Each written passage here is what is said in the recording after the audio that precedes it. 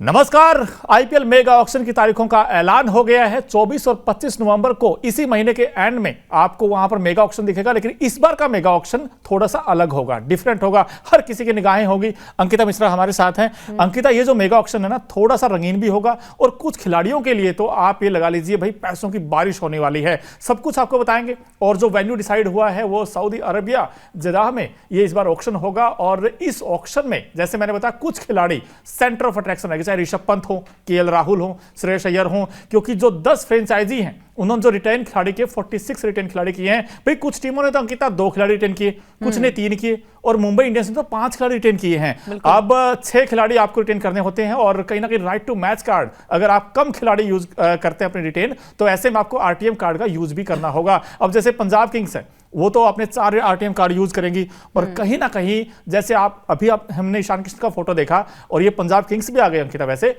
तो क्या रहने वाला है अंकिता इस बार पंजाब किंग्स? ये जो ऋषभ पंत हमारे सामने आए हैं, क्या पंजाब किंग्स के पास जाएंगे?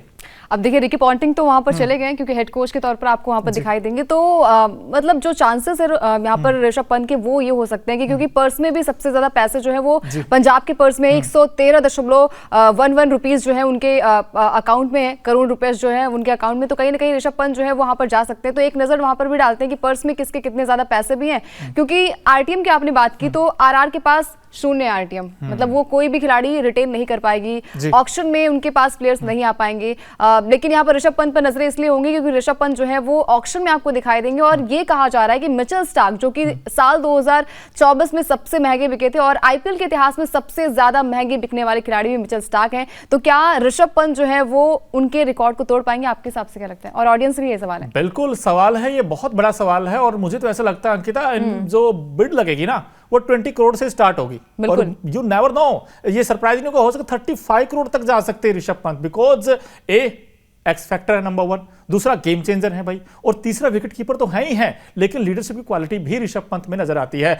आईपीएल रूल्स पर सबसे पहले नजर डालते हैं अंकिता, बिकॉज आईपीएल रूल्स आए हैं। और आपको बता दें कि भाई हर किसी की निगाहें थी इस पर कि भाई ऑक्शन की डेट कब आएगी, और जो रूल्स हैं वो क्या कहते हैं उस पर भी एक नजर डालेंगे। लेकिन हर कहीं जो प्रोसेस था रजिस्ट्रेशन का, वो भी हर कोई, उनका जो प्रोसेस था उसमें ये था कितने खिलाड़ी नीलामी में आएंगे।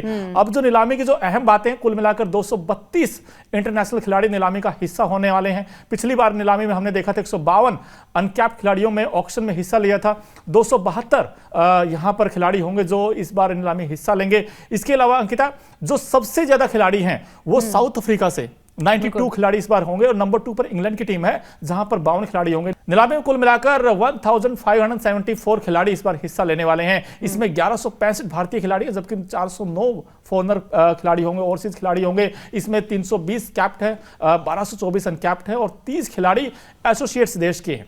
और यहां पर भारत से 48 कैप खिलाड़ी नीलामी में हिस्सा लेने वाले हैं। यानी कि जो 1574 खिलाड़ी अंकिता, इनकी किस्मत का फैसला होने वाला है। बिल्कुल किस्मत का फैसला होने वाला है। और बेस प्राइस भी जो है वो भी सामने आ चुकी है।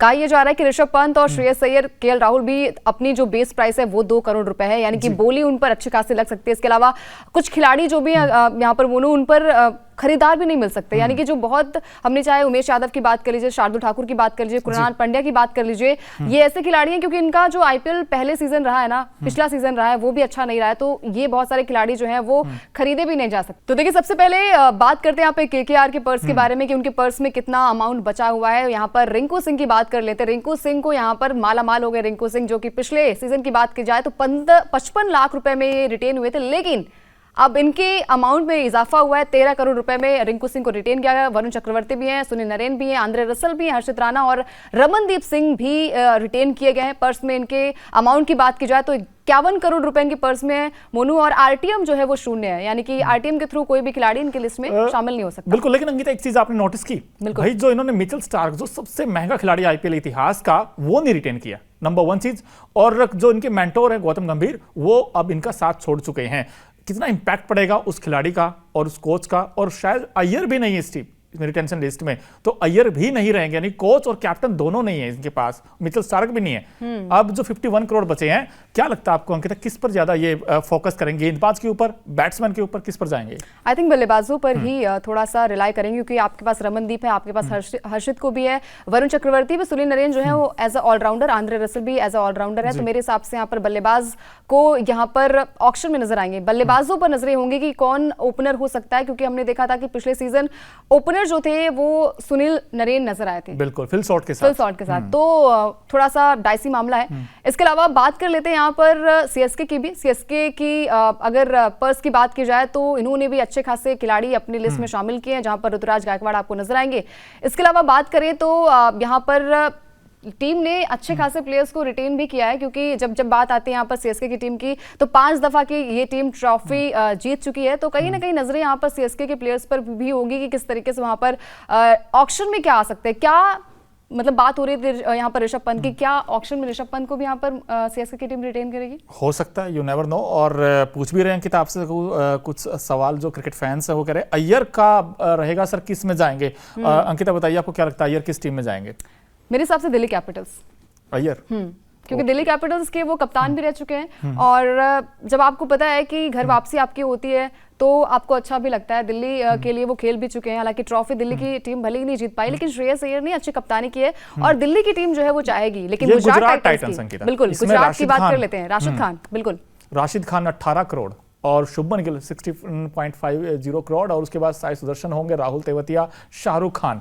इस टीम की ना एक मुझे दिक्कत आ रही है कि इनका जो राइट कॉम्बिनेशन तलाशना है ना, वो इनके लिए एक चैलेंज हो सकता है, बिकॉज मोहम्मद शमी का पता नहीं है, सब्जेक्ट टू फिटनेस रहेगा। इसके अलावा मोहित हैं बट उनको रिटेन नहीं किया गया है। तो आप इस टीम को कैसे देखते हो, बिकॉज क्या इस टीम में है वो बात इस बार की जो रिटेन खिलाड़ी किए गए हैं, इस रिटेंशन में वो दमखम लगता है आपको अंकिता?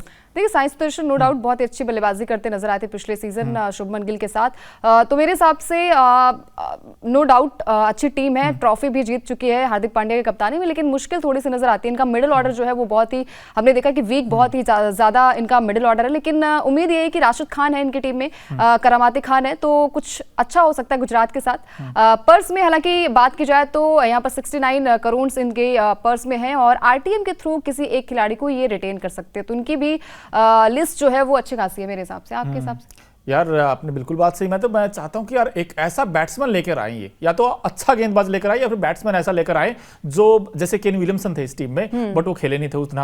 अब ऊपर से अगर देखें तो इनको एक ऐसा बैट्समैन चाहिए जो गिल के साथ एक धूम धड़ाका मचाने वाला खिलाड़ी, जो रन बना दे, जो 16 में 40 बनाकर दे दे, जैसे फिल शॉल्ट हो गए, या फिर हमने आईपीएल में बहुत ऐसे खिलाड़ी जैसे अब जैसे ओपन जो करता है ना, उनके लिए बड़ा इंपॉर्टेंट है। ऋतुराज गायकवाड़ अब सीएसके के लिए खेलते हैं। अब अगली टीम की तरफ चलते हैं, लेकिन गुजरात टाइटंस को भी अपने जो ऑक्शन है उसमें कहीं ना कहीं कुछ ऐसे खिलाड़ी लेकर आने पड़ेंगे जो सबसे बड़े गेम चेंजर हो सकते हैं। इसके अलावा आरसीबी की टीम की तरफ भी चलेंगे और हर एक टीम की तरफ चलेंगे, लेकिन अब कहीं ना कहीं इंपॉर्टेंट ये रहेगा कि अंकिता कुछ खिलाड़ी उनके लिए तो दशा और दिशा दोनों हो सकते हैं, बिकॉज कुछ खिलाड़ी चाहेंगे। अब जैसे डीसी की बात आपने की थी, अगर अय्यर इस टीम में आते हैं कैप्टन, आपने कहा ना एज ए कैप्टन आ सकते हैं, रिपोर्ट्स में भी आया था ये सामने, लेकिन आपको लगता है दिल्ली ने बहुत बड़ी गलती कर दी ऋषभ पंत को रिटेन नहीं करके?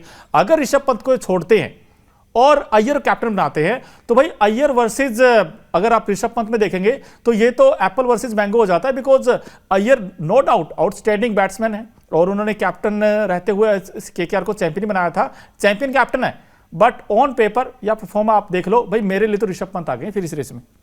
अब देखिए ऋषभ पंत आ गए, लेकिन आई थिंक ये फैसला जो है उनसे भी लिया गया होगा, क्योंकि दिल्ली कैपिटल्स भी नहीं चाह रही होगी कि ऋषभ पंत जो है उनसे दूर जाए।